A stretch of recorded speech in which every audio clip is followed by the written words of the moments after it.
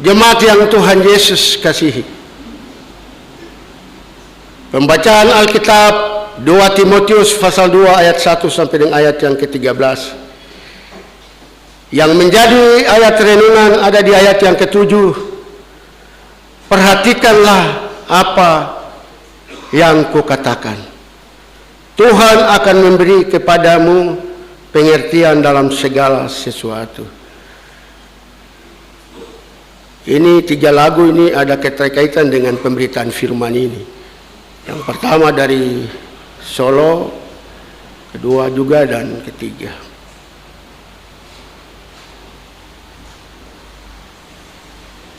Surat 1 dan 2 Timotius adalah surat pengembalaan yang ditulis oleh Rasul Paulus yang ditujukan kepada anak rohaninya, yaitu Timotius yang menjadi gembala di jemaat Efesus, untuk menasihati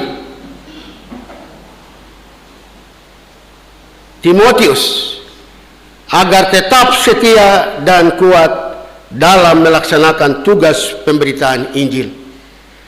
Tugas ini tidaklah mudah karena ia dipanggil untuk ikut menderita bersama dengan Yesus dalam pekerjaannya. Jemaat yang Tuhan Yesus kasihi,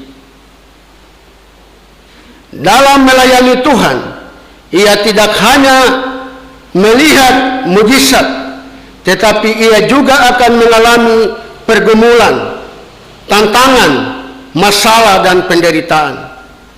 Oleh sebab itu Rasul Paulus meminta Timotius untuk tetap kuat menjalani panggilannya untuk melayani Tuhan, karena kekuatan diberikan sebagai kasih karunia Allah bagi mereka yang tetap mengandalkan Tuhan, tetap berserah dan yang tidak mundur. Bahkan Tuhan memberikan pengertian dalam segala sesuatu agar kita kuat menghadapi penderitaan karena nama Yesus. Jemaat yang Tuhan Yesus kasihi,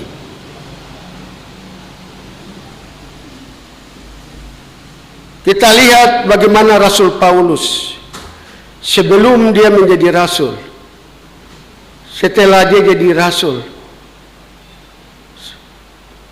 di dalam memberitakan firman Tuhan, hanya karena nama Tuhan sampai dia dipenjarakan.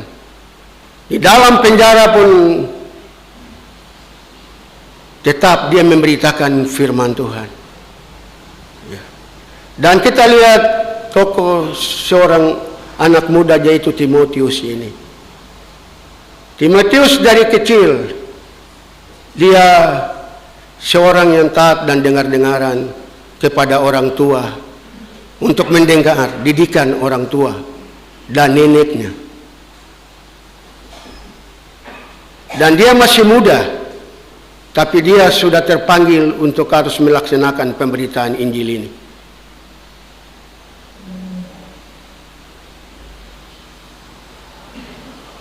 Jemaat yang Tuhan Yesus kasihi,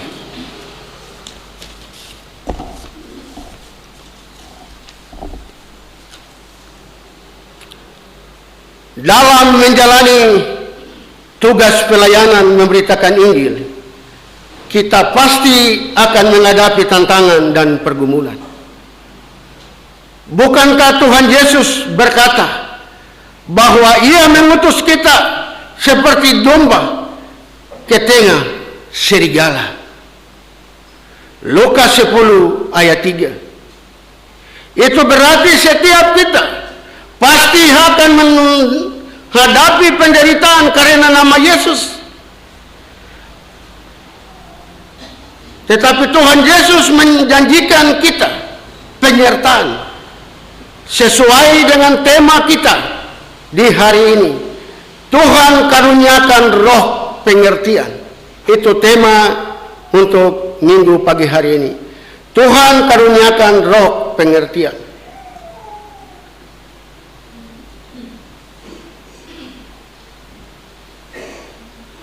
Tuhan menjadikan penyertaan kekuatan di dalam kasih karunia-Nya sehingga kita akan menjadi kuat untuk tetap berpegang teguh pada pengakuan dan pelayanan kita. Jemaat, ini ada di Timotius. Dia berpegang teguh kepada Tuhan atas apa nasihat yang dia sudah dengar. Dia diisi oleh firman Tuhan. Sebelum dia menjadi pelayan, ini juga kepada kita. Sebelum kita juga menjadi pelayan untuk memberitakan pekerjaan pelayanan ini, kita semua yang terpanggil. Pertama itu firman Tuhan itu harus menjadi bagian dalam hidup ini. Dan kita harus menjadi orang yang taat dan setia. Jadi sebelum kita mau melayani orang lain, kita juga harus diproses. Kita juga harus terpanggil. Kita harus memberi diri kita. Supaya di dalam pekerjaan Tuhan itu pasti ada tantangan, ada penderitaan, ada cobaan. Kalau kita punya iman, keyakinan kita ini kuat, maka kita bertahan untuk melaksanakan pekerjaan ini. Semakin dekat kita dengan Tuhan, cobaan itu selalu datang. Jadi apa? Sehingga itu diri kita ini, jadi selama ini kita datang beribadah. Kenapa ibadah itu penting? Membaca firman Tuhan itu penting, berdoa itu penting. Karena itu bagian yang kita harus mengisi diri kita sebagai orang-orang Kristen. Karena kita akan dipakai untuk memberitakan Injil ini. Jadi bukan memberitakan Injil itu hanya menyampaikan dalam ibadah, tapi kita memberitakan Injil itu dalam bentuk, sikap, tutur kata. Terus pemberitaan Injil bukan hanya ada di dalam gereja ini saja, tapi kita memulai dari keluarga. Keluarga itu adalah jemaat yang kecil pertama, mula-mula.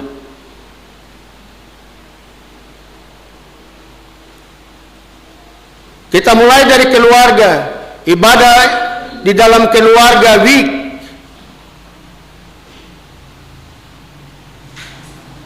Terus seringkali kita juga bilang, oh di kantor itu tidak perlu kita memberitakan Injil. Atau di mana saja, di pasar atau di mana kita tidak boleh memberitakan Injil. Tidak. Kita ini sudah dilengkapi untuk kita jadi saksi di mana kita berada. Di dalam pekerjaan kita, dalam tugas dan tanggung jawab kita di mana, kita memberi saksi. Karena dari kesaksian kita itu, orang lain akan percaya kepada Yesus untuk memperoleh keselamatan itu. Jadi di sekolah, di rumah sakit, di puskesmas, kita punya profesi itu beda-beda. Sebagai guru, tugas kita mengajar. Sebagai suster, dokter, dan lain itu kita melayani umat. Guru itu punya tanggung jawab yang sangat besar, sama dengan pengasuh sekolah minggu. Kita meletakkan dasar. Sekolah minggu itu pengasuh meletakkan dasar firman Tuhan bagi anak-anak. Untuk mereka akan jadi pemimpin di gereja, tapi juga pemimpin di masyarakat dan bangsa ini. Sekolah itu juga begitu. Kalau orang tidak punya pengetahuan, tidak berpendidikan, bagaimana dia mau jadi seorang pemimpin? Nah, jadi itu adalah tugas pelayanan di kesehatan. Kalau kita datang dokter, mantri, muka keras-keras, aduh, penyakit tambah berat. Tapi kalau senyum, melayani dengan sukacita, penyakit yang berat itu pasti sembuh. Ini kan bagian dari pekerjaan pelayanan yang Tuhan amanatkan kepada kita. Tetapi lebih dulu diri kita diisi dulu dengan firman dengan baik. Kita juga harus kuat. Ya. Supaya di saat kita di kantor di mana kita bekerja, ASN, juga di kantor, sebagai pimpinan atau bawahan, karena pekerjaan itu adalah amanat, karunia yang Tuhan berikan kepada kita untuk kita melaksanakan itu. Apakah kita setia melaksanakan pekerjaan itu? Tidak pernah hadir baru tuntut gaji lagi. Bagaimana? Kita harus kerja dulu setia baru kita dibayar gaji. Ini kan membuktikan pekerjaan kita. Jemaat yang Tuhan Yesus kasihi. Kita lanjut di Filipi 4 ayat 13. Segala perkara dapat kutanggung di dalam Dia yang memberi kekuatan kepadaku. Kekuatan kita berasal dari Tuhan, mengutus dan memanggil kita. Dia juga memberikan kita hikmat dan pengertian, sehingga kita dapat memahami semua maksud dan rencana Tuhan dalam jemaat yang Tuhan Yesus kasihi. Setelah kita memberi diri untuk dipakai oleh Tuhan, Tuhan akan memberi hikmat itu kepada kita. Hikmat itu dari Tuhan. Kita berdoa minta hikmat itu dari Tuhan, supaya kita bisa, hikmat itu untuk kita bisa memilih, untuk kita menentukan bagaimana kita memimpin, kita mengatur sesuai dengan hikmat Tuhan. Karena Tuhan punya rencana dalam kehidupan kita masing-masing, seperti Timotius dan Paulus. Jemaat yang Tuhan Yesus kasihi. Kepada Timotius, Paulus menggambarkan kehidupan orang Kristen seperti seorang prajurit, olahragawan, dan petani. Sebagai seorang prajurit Kristus, kita harus selalu siap untuk berjuang, menderita, dan patuh kepada komandan kita, yaitu Tuhan Yesus. Kita harus sadar bahwa hidup di dunia ini ibarat berada di medan perang. Kita harus terus berjuang, mempertahankan iman dan berperan melawan kuasa-kuasa kegelapan, yaitu kuasa iblis. Oleh karena itu, kenakanlah seluruh perlengkapan senjata Allah, supaya kamu dapat bertahan melawan tipu muslihat iblis ini. Saya ulangi ini, kita semua sebelum kita tempur, kita harus diperlengkapan dengan senjata Allah, supaya kamu dapat bertahan melawan tipu muslihat iblis. Sehingga itu yang tadi Bapak Pendeta sudah sampaikan dari awal. Firman Tuhan itu menjadi bagian dalam hidup ini. Bagaimana kita tidak bertahan kalau kita tidak pernah berdoa kepada Tuhan? Doa itu bukan satu kali. Doa itu bila perlu sampai 5 kali ke 6 kali satu hari.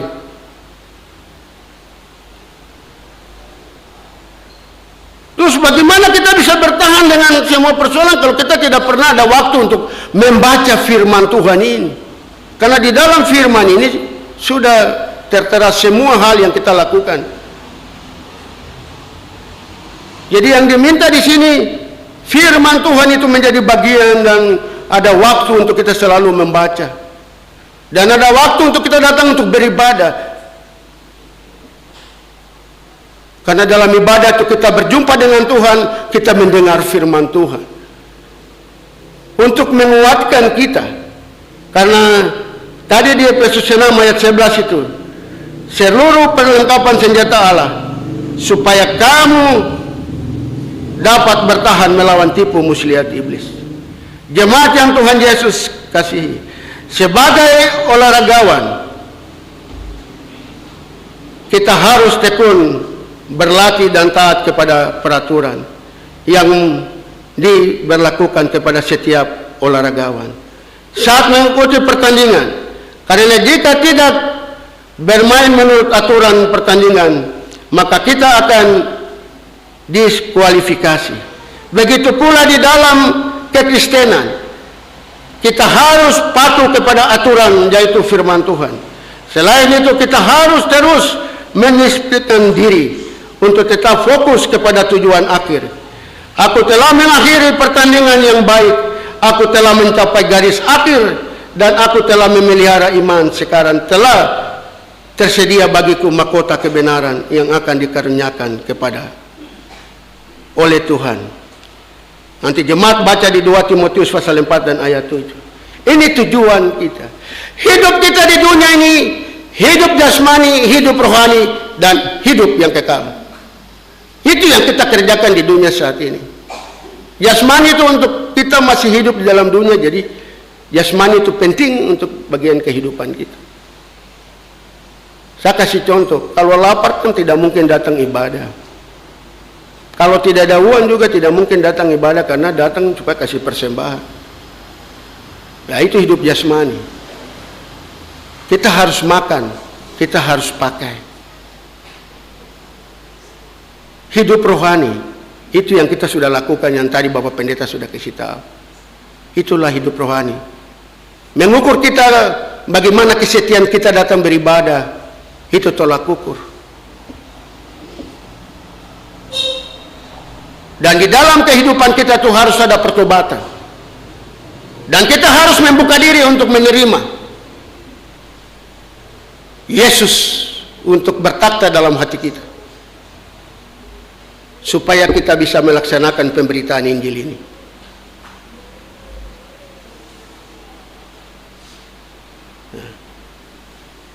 Dan yang tadi kita baru dengar dari 2 Timotius pasal 4 dan 7, itu Paulus yang sampaikan.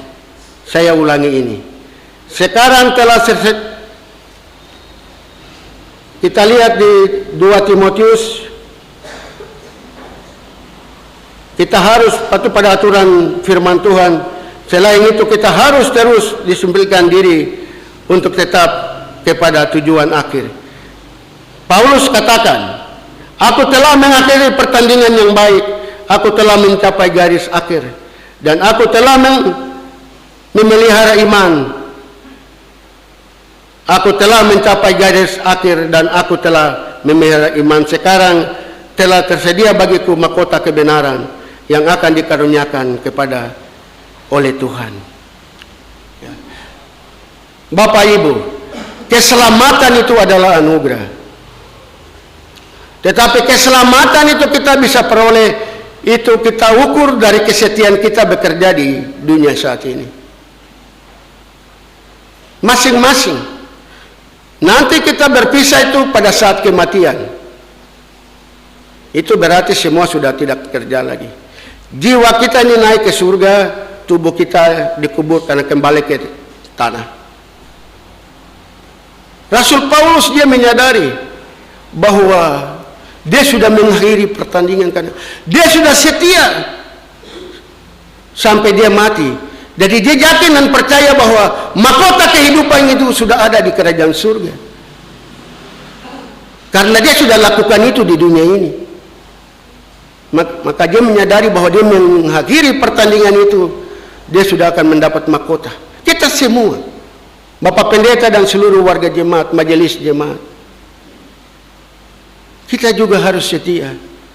Jangan sampai pada saat kita sudah di surga baru pendeta masuk neraka.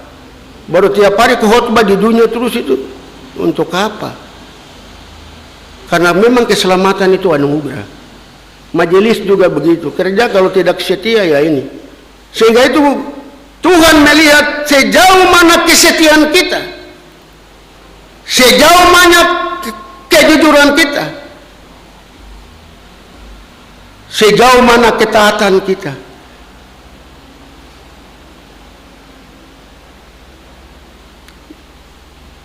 Jemaat yang Tuhan Yesus kasihi,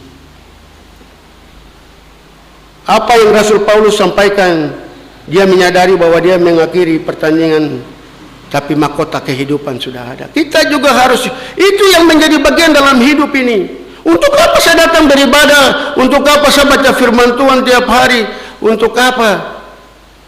Ya karena saya siap-siap diri untuk nanti hidup yang kekal itu. Karena masing-masing yang menentukan.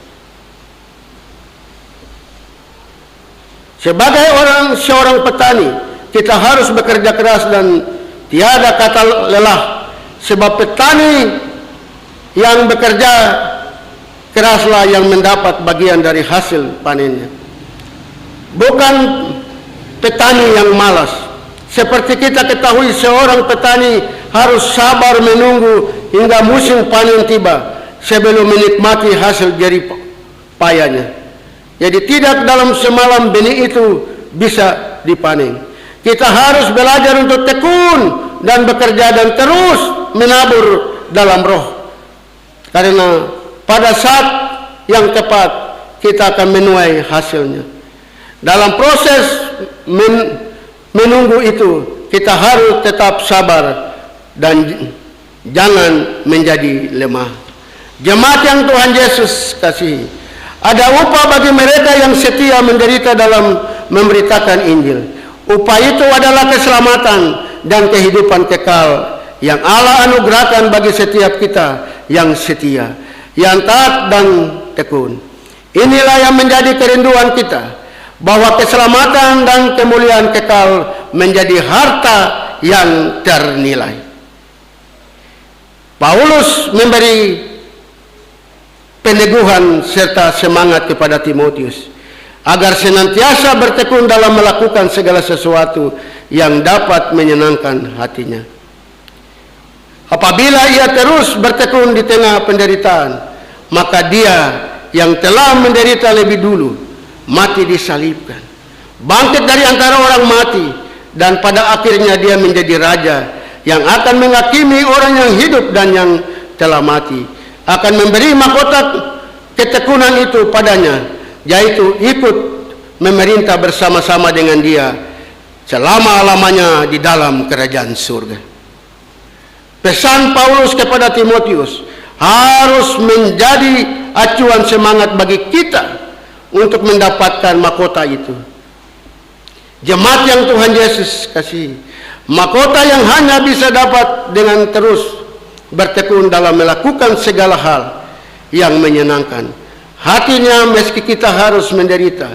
Saat penderitaan datang, pandanglah salibnya agar kembali ingat penderitaan sehingga kita menjadi semangat kembali.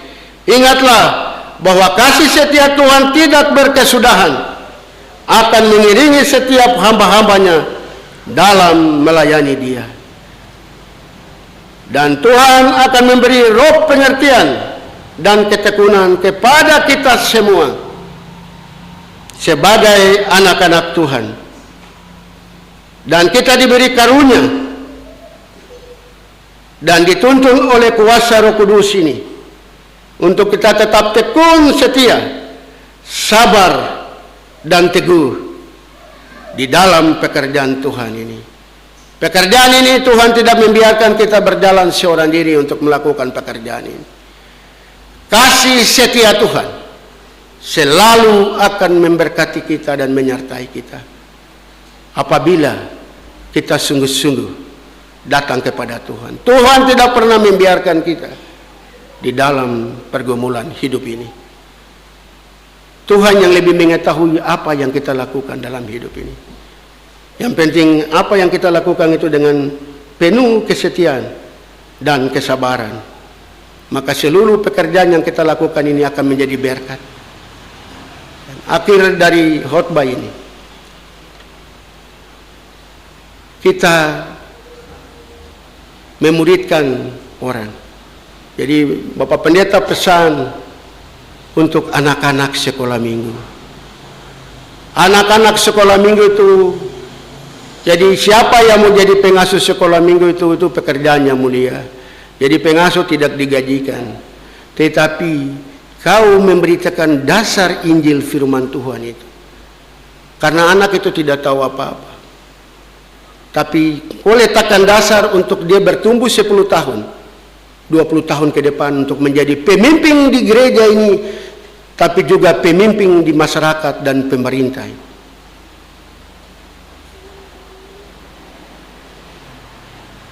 Tuhan yang punya firman ini memberkati kita. Amin.